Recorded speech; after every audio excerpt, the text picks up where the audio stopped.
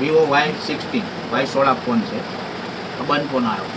કોઈ બી dead phone આવે એટલે પહેલું કામ તો ભાઈ કેટલા એમ્પિયર લે, એટલે આપણે ફાસ્ટ ચાર્જરમાં એને શું કરવાનું છે, એમ્પિયર ચેક કરવાનું. એમ્પિયર ચેક કરીએ તો અહીંયા આપણને એમ્પિયર લેશે, બરાબર. અને ચાર્જરમાં કંઈ આવતું, ડિસ્પ્લેમાં કંઈ આવતું નથી, એટલે શું લઈ લેવાનું, એમ્પિયર ચેક કરવાનું. અહીંયા 0.12 એવી રીતે એમ્પિયર શું કરે છે, વેરિએશનને ફ્લક્ચ્યુએશન થાય છે.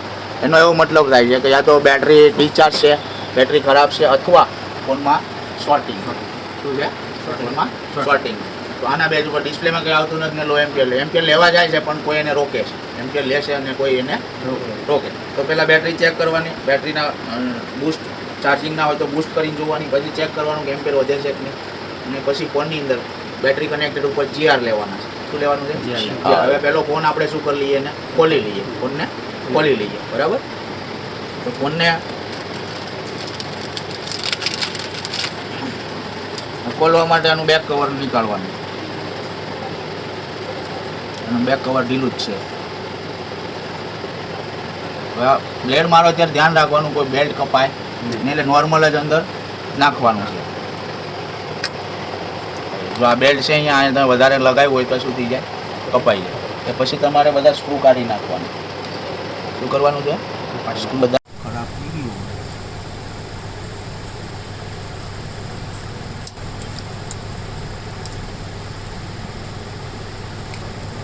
ખરાબ થઈ જાય ને તો જો બેલ્ટ હોય એટલે એનું ધ્યાન રાખવાનું. શું કરવાનું, ધ્યાન રાખવાનું. બેલ્ટ કપાઈ જાય તરત.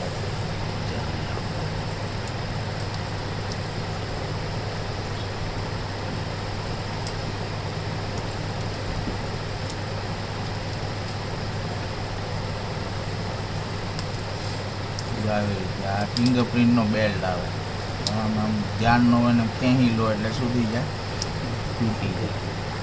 આ સોકેટ એ તૂટી ગયું જોઈ. હવે કામ તો થઈ ગયેલું છે આમાં. તો બેટરી પહેલાં ચેક કરી લેવાની. શું કરી લેવાનું, બેટરી કેટલો ચાર્જર છે એ ચેક કરી લેવાનું, કેટલી વોલ્ટેજ છે એ જોઈ લેવાનું. 3.55, બરાબર. 3.55માં ચાર્જિંગ સ્ટાર્ટ કરવા માંડે, બરાબર છે. એટલે બેટરી પણ નોર્મલી ચાર્જ તો છે જ, બરાબર. એ પછી આપણે શોર્ટિંગ છે તો GR લઈ લેવાના. શું લઈ લેવાના, GR લઈ લેવાના. બેટરી કનેક્ટર ઉપર પ્લસ માઇનસ ઉપર GR લઈ લેવાના. એક બાજુ 285 600 ને ઉલટા ઓઇલ અથવા 1000 ઉપર વેલ્યુ આવી ગઈ. 500 GR ને બીલી બાજુ ઓઇલ હતા, બરાબર છે. એટલે અહીંયાથી કોઈ શોર્ટિંગ નથી, બરાબર. હવે બેટરી કનેક્ટર ઉપર આપણે જોઈ લઈએ પ્લસ કયો છે, માઇનસ કયો છે. તો આ બાજુ કેવો છે, માઇનસ, ને આ પ્લસ છે GR, બરાબર છે. હવે અહીંયા પાવર સપ્લાય આપીને આપણે જોઈ લેવાનું શોર્ટિંગ છે કે નહીં. જો આ પ્લસ અને આ માઇનસ, તો અહીંયા કોઈ ડિટેક્ટ થતું નથી, બરાબર છે. અહીંયા લઈ લે પાછું શોર્ટ, બરાબર છે. અહીંયા કોઈ ડિટેક્ટ થતું નથી શોર્ટિંગ,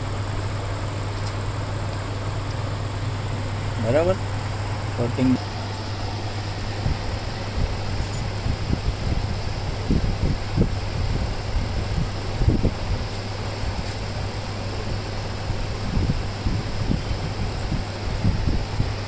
પ્લસ માઇનસ પ્રમાણે આપણે એને શું કરવાનું છે, તો કે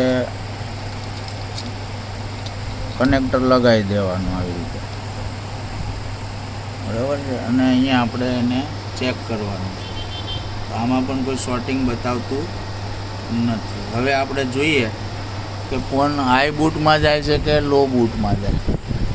બરાબર. હવે આને આપણે અહીંયા ઓન કરાવીએ પાવર બટનથી. શું કરાવીએ, પાવર બટનથી ઓન કરાવીએ. તો આમાં કોઈ ટ્રિગર લેતું નથી, કોઈ ટ્રિગર લેતું નથી, બરાબર છે. કોઈ પણ પ્રકારનું પાવર બટન ટ્રિગર કરતું નથી. આ રીતની કન્ડિશન છે બોર્ડની.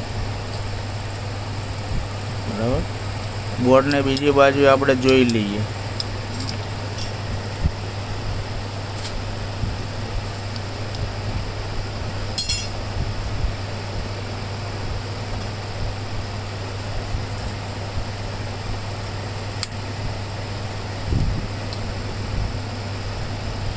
આપીશ કોઈ બી એક કેપેસિટર ઉપર જો આવી રીતે. બરાબર, હવે જોવાનું કે મેલ્ટ થયું છે. શું જોવાનું? મેલ્ટ થયું છે. ગમે તે એક જગ્યાએ આપે તો આખા બોર્ડમાં થઈ જાય. હા, બરાબર. તો આવી રીતે મેં જોયું તો ક્યાંય મેલ્ટ થયું નથી. નકર એ પાણી જેવું થઈ જાય. મેલ્ટ થાય ને એ પાણી જેવું થાય. બરાબર છે. થોડી વાર હું વધારે પાવર આપું છું. થોડી વાર હું વધારે પાવર આપું છું. બરાબર છે. અહીંયા પછી હું જોઈ લઉં પાવર આપીને કે કંઈ મેલ્ટ થયું છે. ઘણા શોર્ટિંગ એવા હોય કે એટલા પાવરે કોઈ ઇફેક્ટ થતી નથી. દેખો, બરાબર. તો હવે હું શું કરીશ તો કે પાવર અહીંયા હાઈ કરી દઈશ થોડો. શું કરીશ? હાઈ. તો મેં સીધો તમે 6-7 વોલ્ટેજ આપી શકો, 5 વોલ્ટેજ. હું 2 સેકન્ડ માટે હું 8 વોલ્ટેજ આપીશ. કેટલા? 8 વોલ્ટેજ. દેખો અહીંયા ખાલી હું 2 સેકન્ડ જ આપીશ પાવર. કેટલો આપીશ? 2 સેકન્ડ. વધારે નહીં આપવાનું. 2 સેકન્ડ. હા, 2 સેકન્ડ. દેખો, એક અહીંયા આપ્યું, એક પાછી આપ્યું. બરાબર, એટલું આપ્યું. હવે હું જોઈ લઈશ. હજી લીધું નથી મેલ્ટ. બરાબર છે. જો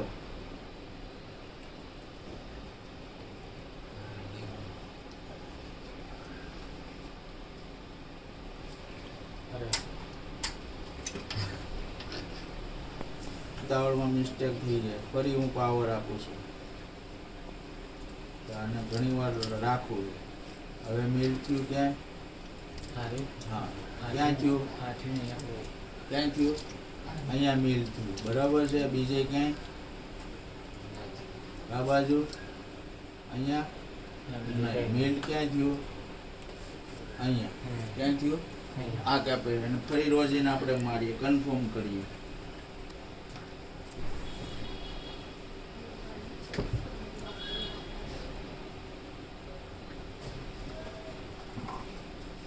બરાબર, કોમ્પ્યુટરના કારણે બી આખો મોબાઈલ, હા, આખો ડેડ ફોન હોય.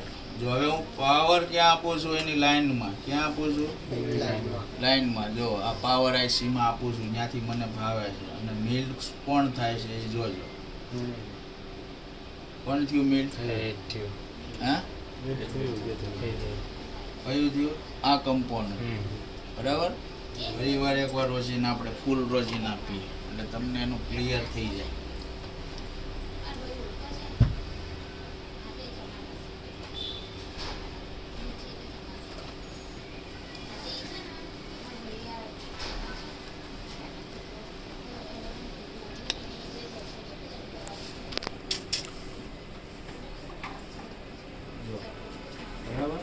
વધારે તમારે ટ્રાયલ કરવી હોય, બરોબર છે, તો હમણાં એ તરત જ ઉપડશે. ખાલી 1 સેકન્ડ માટે જ આપવાનો. 1 સેકન્ડ માટે જ તમારે શું આપવાનું છે? પાવર આપવાનો.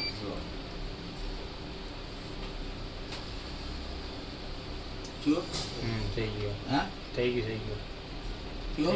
ધુવાડા કાઢવા માંડ્યો. High voltage. બરાબર છે. તો શોર્ટિંગ જે છે એ આખું દબાઈ. હવે આ ઘણી વાર પતરું લાગેલું હોય ઉપર અને તમને ગરમ થતું હોય તો ખબર પડે નહીં. હવે આ કેપેસિટર છે અને આપણે શું કરી લઈએ છીએ? કાઢી લઈએ. શું કરીએ? કાઢી લઈએ આ કેપેસિટર. આ વોટર ડેમેજ થી કેવું થઈ ગયું છે? ખરાબ થઈ ગયું છે. અને આપણે શું કરી લઈએ? કાઢી લઈએ.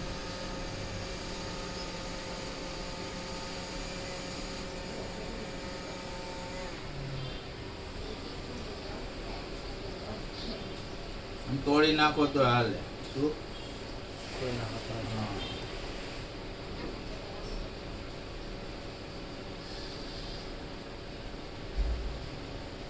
નીકળી ગયો. આ કેપેસિટર આપણે મીટરથી ચેક કરીએ. શું કરીએ? ચેક કરીએ. હા, ચેક કરીએ મીટર. કેટલું નાનું છે?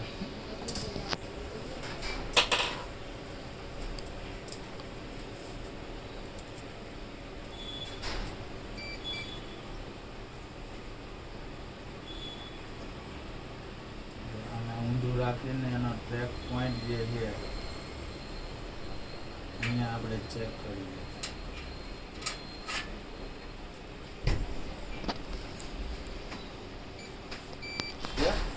બે ભાગે. ભાગે બે બે ભાગે.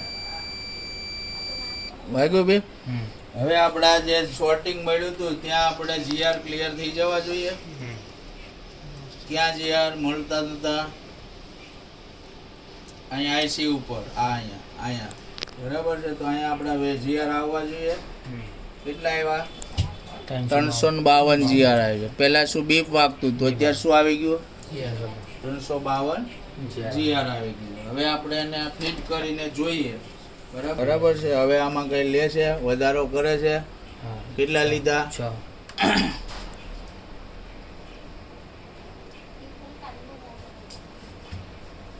0.6 એમ્પિયર. અત્યારે બેટરી એની કેવી છે? લો છે. 3.55 હતી. અહીંયા હાઈ એમ્પિયર ક્યારે જશે?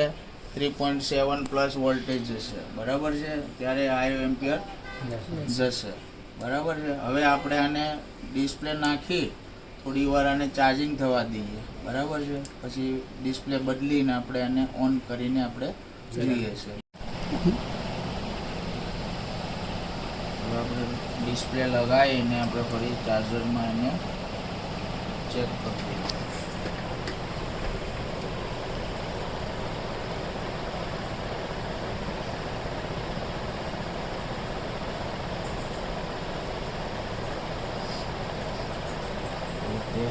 જોઈ લઈએ. બરાબર છે. અને ત્યારે બેટરી લો હતી, અત્યારે બેટરી કેવી થઈ ગઈ?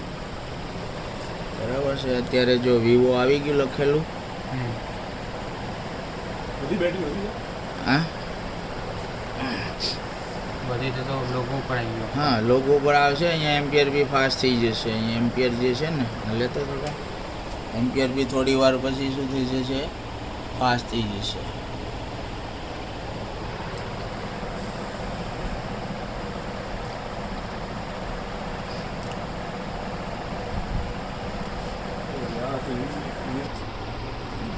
હવે એને ડિસ્પ્લે હું અંદર ઓન કરીને આટલો